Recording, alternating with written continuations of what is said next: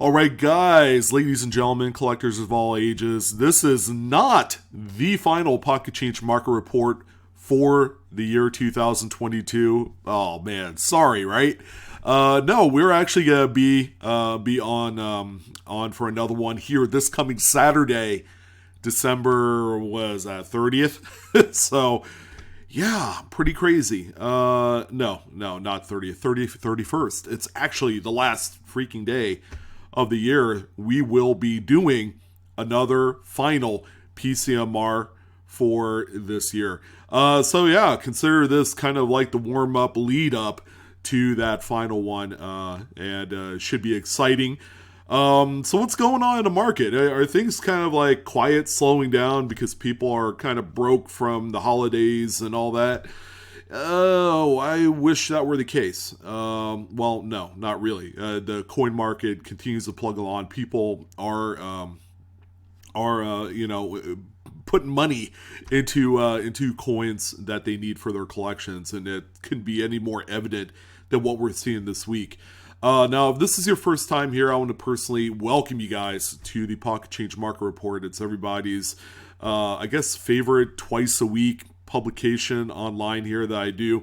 Just kind of highlighting some of the most notable sales of coins that people have truly found going through Pocket Change, going through coin rolls, maybe scouring the local coin shop, maybe cherry picking something nice at the coin show as well. These are all coins, ladies and gentlemen, that are not graded, which is good news because have you seen the price of grading these days? It's not cheap, especially for error coins and varieties. But yeah, we talk about errors and varieties, coins that typically maybe some dealers don't care about and they just want to move the coin for what it is as a type piece. Pretty nice way to make a few bucks or add something exceptionally nice to your collection. Stuff that customarily, if you were going to go out and buy it as an attributed coin already, you're going to end up paying all the money in the world for it. So we have approximately 12 hours worth of data here. Again, very, very busy week thus far in the coin market. And I wish I could say that, maybe, a break is on the horizon. But it's been anything but typical. We've seen just really good activity. I can't even find the words to describe what we're seeing right now because I had said, oh, watch out, December 20th, things are going to slow down. They didn't really miss a beat, guys. People were still buying. They were still getting what they were interested in. Some of the bigger errors from 2022, people were still, placing bids on or buying or hitting the buy it now button. So, it's really good to see just prolonged interest in this segment of the hobby, which some people could say is a little bit more on the affordable side, whereas some other folks will say, wow, that coin sold for a lot of money. I'm going to go ahead and sell it while I can. So let's go ahead and check and see what we have here. A few very surprising coins that we haven't talked about probably all year. And it's going to blow your mind. So anyways, check out your scrap silver. You might be able to find this particular coin. Now, look at this thing. This thing doesn't look too great. It's a beater in all measures. But this one right here, obviously, looks like it's probably worth the junk silver melt price. At this point, it looks like it's been polished or cleaned.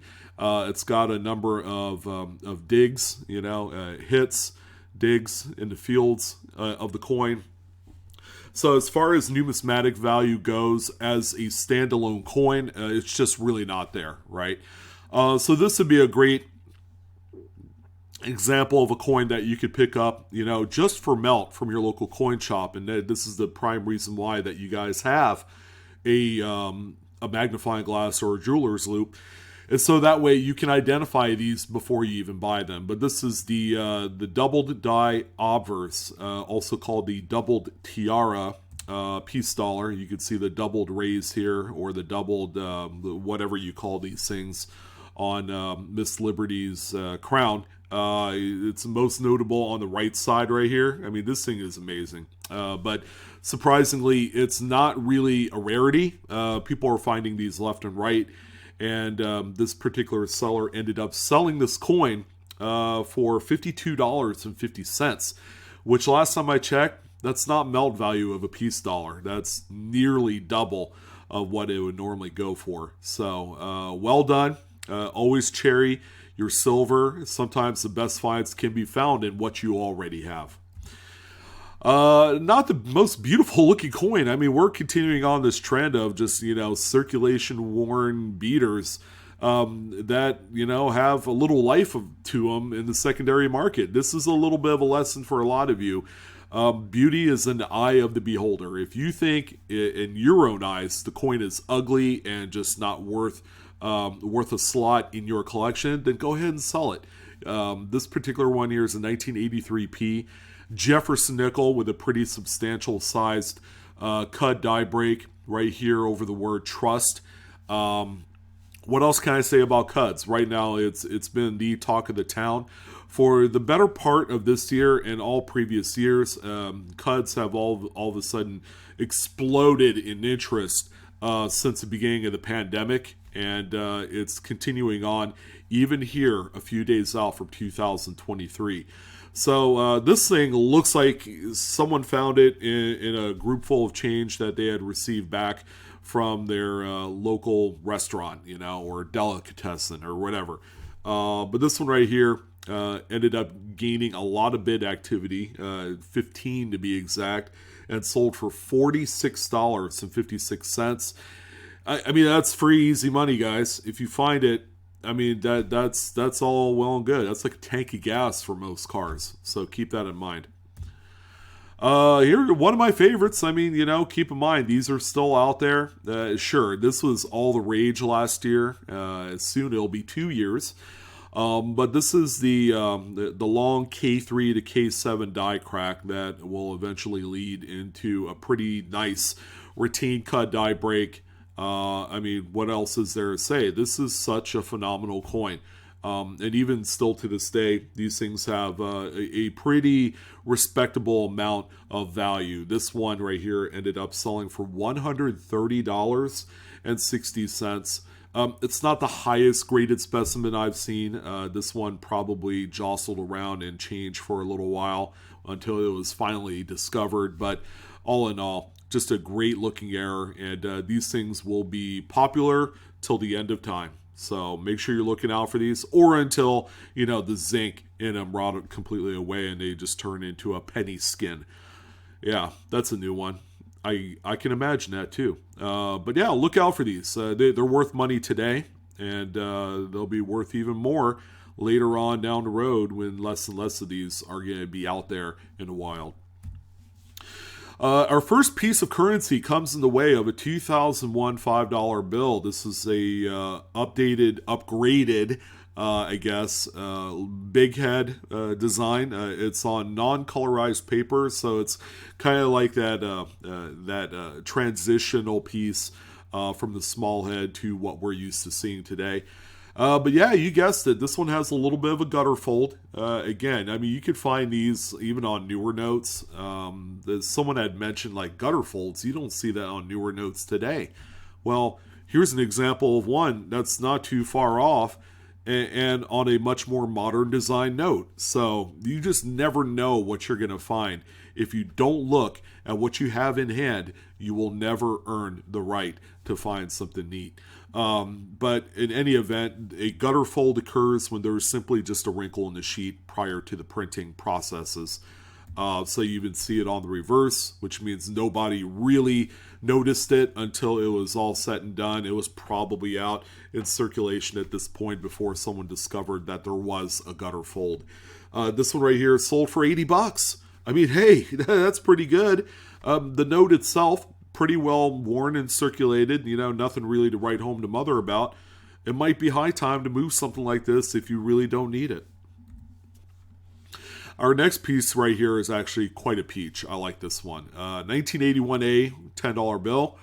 Judging from what we're seeing here on the front of the note, I mean, everything looks to be in order. The serial numbers are all well matched and nothing crazy there. Slight misalignment to the right of the overprint, but nothing, again, too crazy. When we look at the reverse, however, that initial first print or that green ink on the reverse was incredibly misaligned to the left. You can even see a sliver of the corresponding note on that sheet right there, which if you see that, you know you have something good. This particular note right here ended up selling for $124.88. Again, very popular error, and one in which is very attainable out there just through general, circulation and hunting. So look out for these. These are a great find. Another great find for all you roll hunters of candy half dollars or half dollars in general, because, hey, we're all still looking for 90 and 40% silver, right? That's why we go through these things and have to endure the embarrassment of having to go into the bank, 3 times a week to get our, usual allotment of boxes. But you might as well look out for this one too. It's worth more than a 90% Kennedy. It really is. And 72D is one of the more tougher dates to encounter in order to find what they call the missing FG initials reverse, which is normally sitting right here. That's Frank Gasparo's initials. He's the designer of the reverse of the coin. And due to a little bit of heavy-handed abrasion or over-polishing of that reverse die, the initials can disappear. And 72D is typically one of the more tougher dates. We've seen them on 71Ps, 82 and 83 Philadelphia minted Kennedys. Those are much more common, by the way, but they still sell for like $5 a piece. This one right here ended up selling for $13.50 with 8 bids. And keep in mind, the overall condition of the coin isn't fantastic, but still, people want to buy this. Good old Wilma Mankiller making another appearance. I've come to the conclusion, because I've talked a lot more about the single-sided retain cud, which is what you see here on the obverse above Washington's head. I've seen more of this version of this error than I do the double-sided version of the retain cud. And I've come to the conclusion that there are way more of this particular one that were produced compared to the double-sided event. This coin right here is actually in pretty nice shape. I actually like this one. It doesn't have the crazy strike through on both sides of the coin that you normally associate with just the single-sided retain cud. This coin ended up selling for $254. Strike while the iron is hot, ladies and gentlemen. These things will go down in time. And especially if you're out there looking for these coins and you're just coming up with pretty well circulated examples. Well, look what we have here. Another Scrap-a-Dap-a-Doo silver. 1922D peace dollar. Man, these things are a haven for all sorts of really cool mint errors. Take, for instance, this coin, which, by the way, very well photographed, has a rotated die error. So that reverse die rotated about 45 degrees clockwise. To some people, that's a huge miss, especially if you don't flip these coins over. And a lot of people don't really see the investment in time in actually doing that particular practice. I do it all the time and have come away with some pretty neat rotated die errors. And these, ladies and gentlemen, are as good as gold. Like, for instance, this coin right here.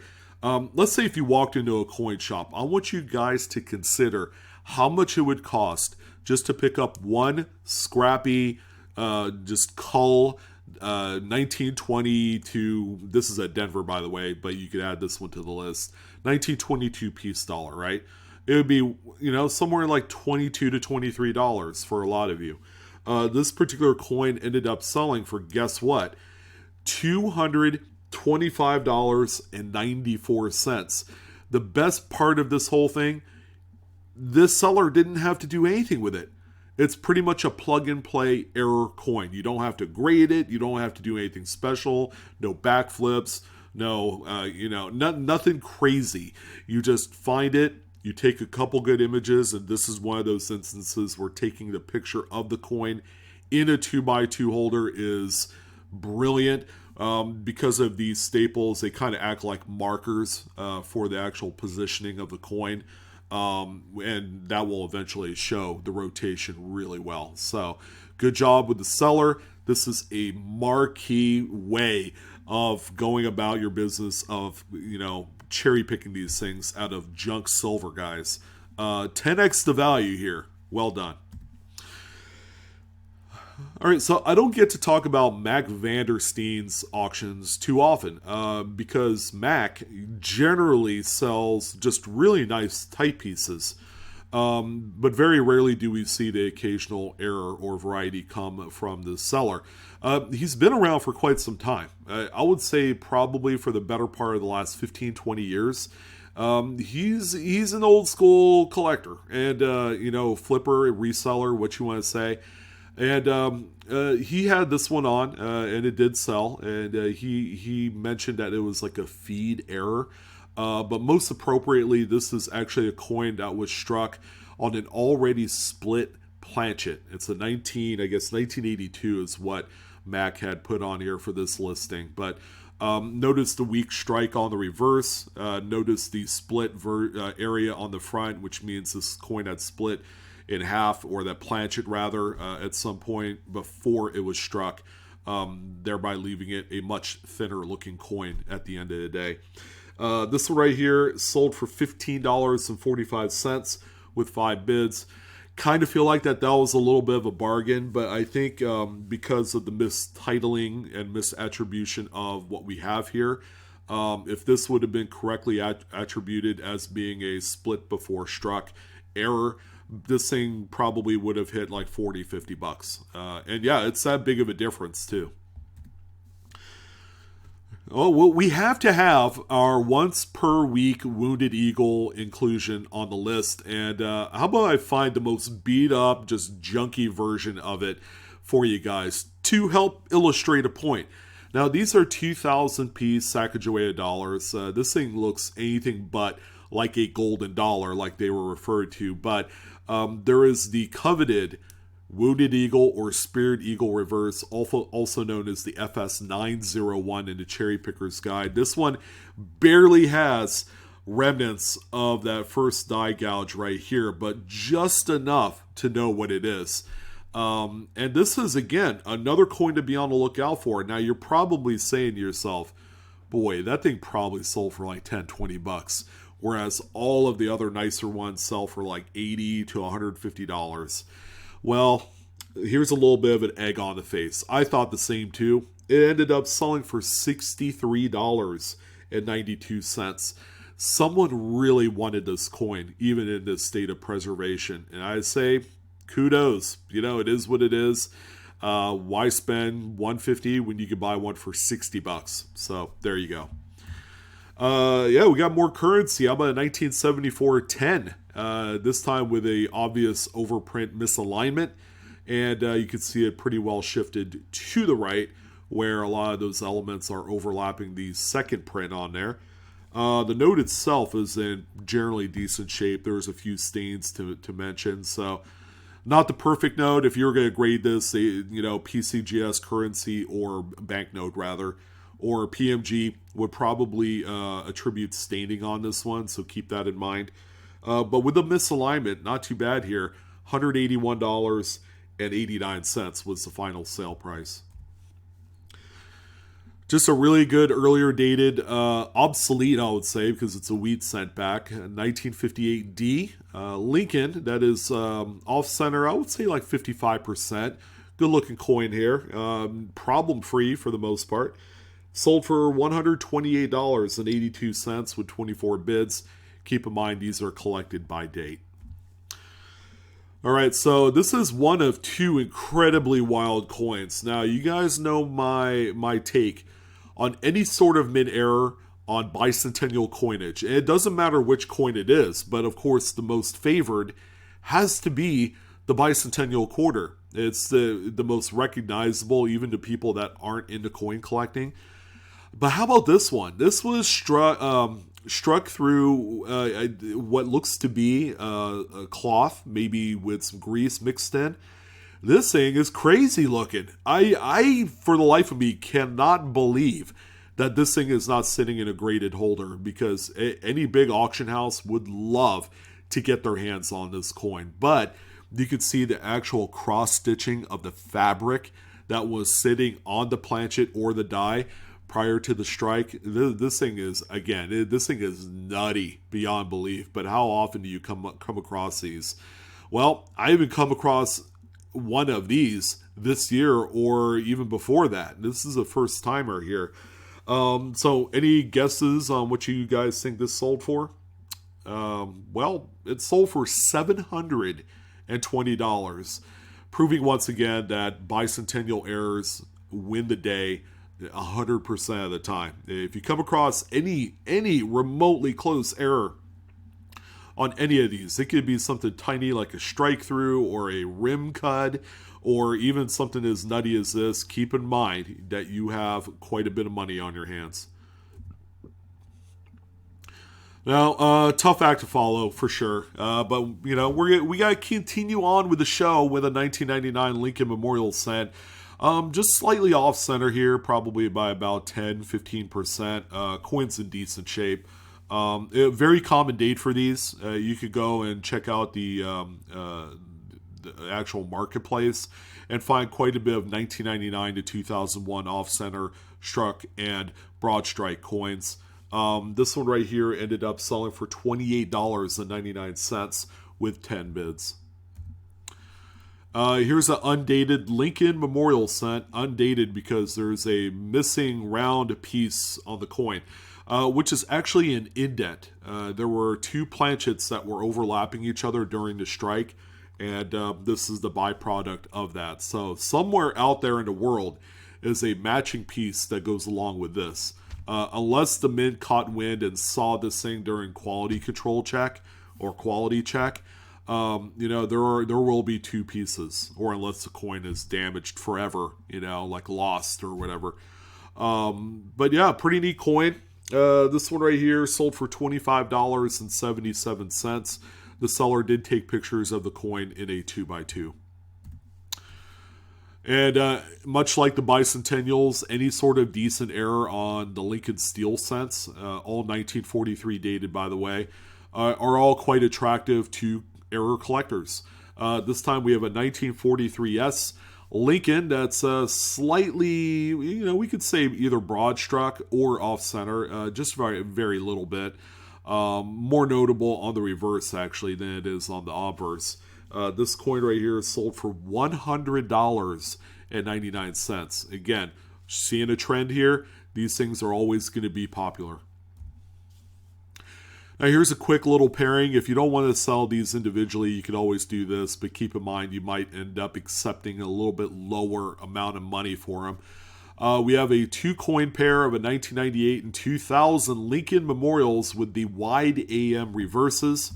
You can see that these have the pretty sizable gap between the A and M on both of them. Both coins are just okay to me. This one has exposed zinc here. Don't know if it's been scratched or what have you, but that one is on there. So this two coin lot ended up as a $15 sale. So could be worse, but these generally have lower value because they are a lot more common compared to, say, the 99, which is still worth a lot of money today. Another tough one right here, 1999 Denver, Connecticut state headquarters, that's off center by about 10%. These are widely collected and sought after by error enthusiasts of the series. And they're looking to put together a date set, and I'm willing to bet this is one of the more tougher ones. This one ended up as a $62.40 sale with 14 bids. The coin looks like it's been around the world a few dozen times in its 23-year age or lifespan or whatever. So pretty crazy. Again, it's such a big sale from such a beat-up coin, but that's okay. Collectors know no bounds. We also have a 1985 piece, slightly broad-struck Washington quarter. A pretty nice example. $44.99 was the sale price on this one. And judging from that, probably not a date that you see come up on the market too often. And we have another good old Crown die chip, 2021P, Washington crossing the Delaware quarters.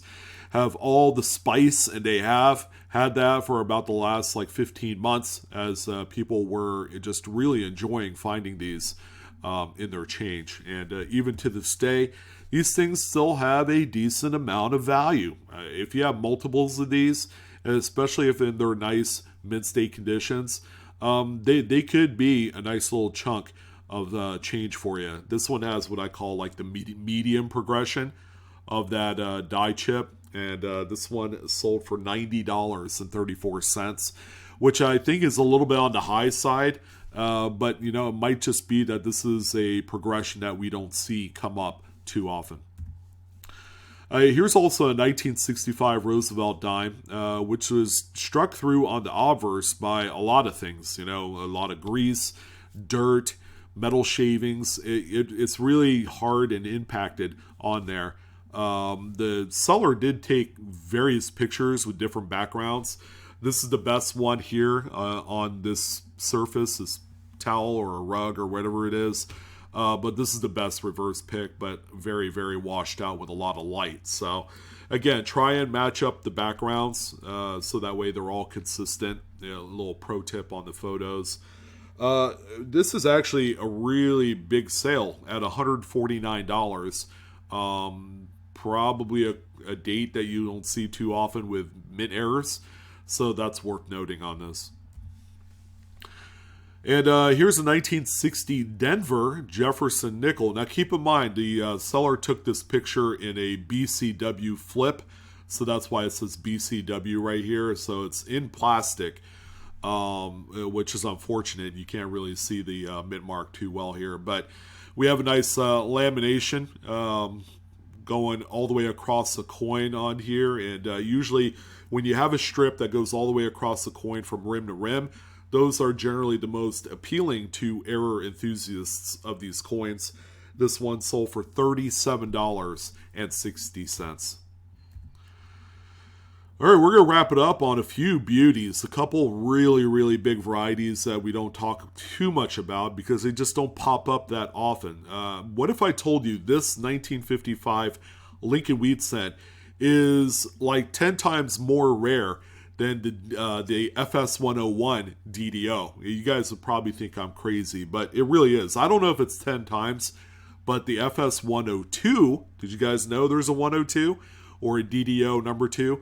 This one is more rare than the FS101, and they just don't come up that often, and you're better off just trying to find one out of bulk Lincoln Cent inventory. But check out the doubling on the motto "In God We Trust." You also have a little bit of doubling as well at the bottom of the 5 right here, and then just to a lesser extent right here on the bottom curls. So just a really beautiful looking coin. This is a listing by Brian Rybar. He's one of the big variety attributors, especially with nickels today, and he had this one on here. Sold for $253.90. And some of you are saying, well, if it's more rare than the FS101, it's criminally underrated and underpriced. And some would say, yeah, but you have to take into context the dramatic nature of the FS101 compared to this one. It's like night and day. There's no comparison. You can see the FS101 from a mile away. This one, you really have to get up close with the magnifier. And Brian also had this one right here. Man, I haven't seen one of these in quite some time. 1951 FS101 DDO number 1. This is a very good-looking double-die obverse as well. Here's all your doubling on the motto "In God We Trust." Not even remotely close to as strong in the dramatic, just overall splitting and serif notching and all that great stuff compared to the previous coin, but this is a good example as well. $135.91 was the final sale price on this example. And we're going to end it off this particular edition of the PCMR, the December 28th edition, with yet again another coin that was struck through some fabric or textiling or whatever it might be. It could be part of the oxide cloth that they use for polishing the dies, which happens. And again, you see that cross hatching in the areas right here where the strike through is. I mean, this is not the best looking example, bar none. Take a look at the reverse. Looks like there's a lot of what could be corrosion. Kind of hard to say what that is. But ladies and gentlemen, this is still a marquee type of strike through. This is the best kind of strike through that you could find out there today. This one sold as a $71.60 sale with 12 bids. Could be a lot higher than that if it didn't have all that crap on the reverse. But aside from that, wow, what a great way to end up the PCMR for this edition. So we have one more to end off the year, and we are going to punch the ticket into 2023. I want to thank each and every single one of you for tuning in to this edition of the Midweeker. Don't forget to like, share, subscribe to my channel and video if you haven't done so already. And I'm also on TikTok. Come on down, follow me. Check out a few of those videos as well if you like the shorter fare. So go out there, get to work. People are hunting, and you guys should be too, because there's a lot of awesome coins to find. And I'm willing to bet next year we'll follow suit. All right, guys, love you. Take care. I'll see you next time.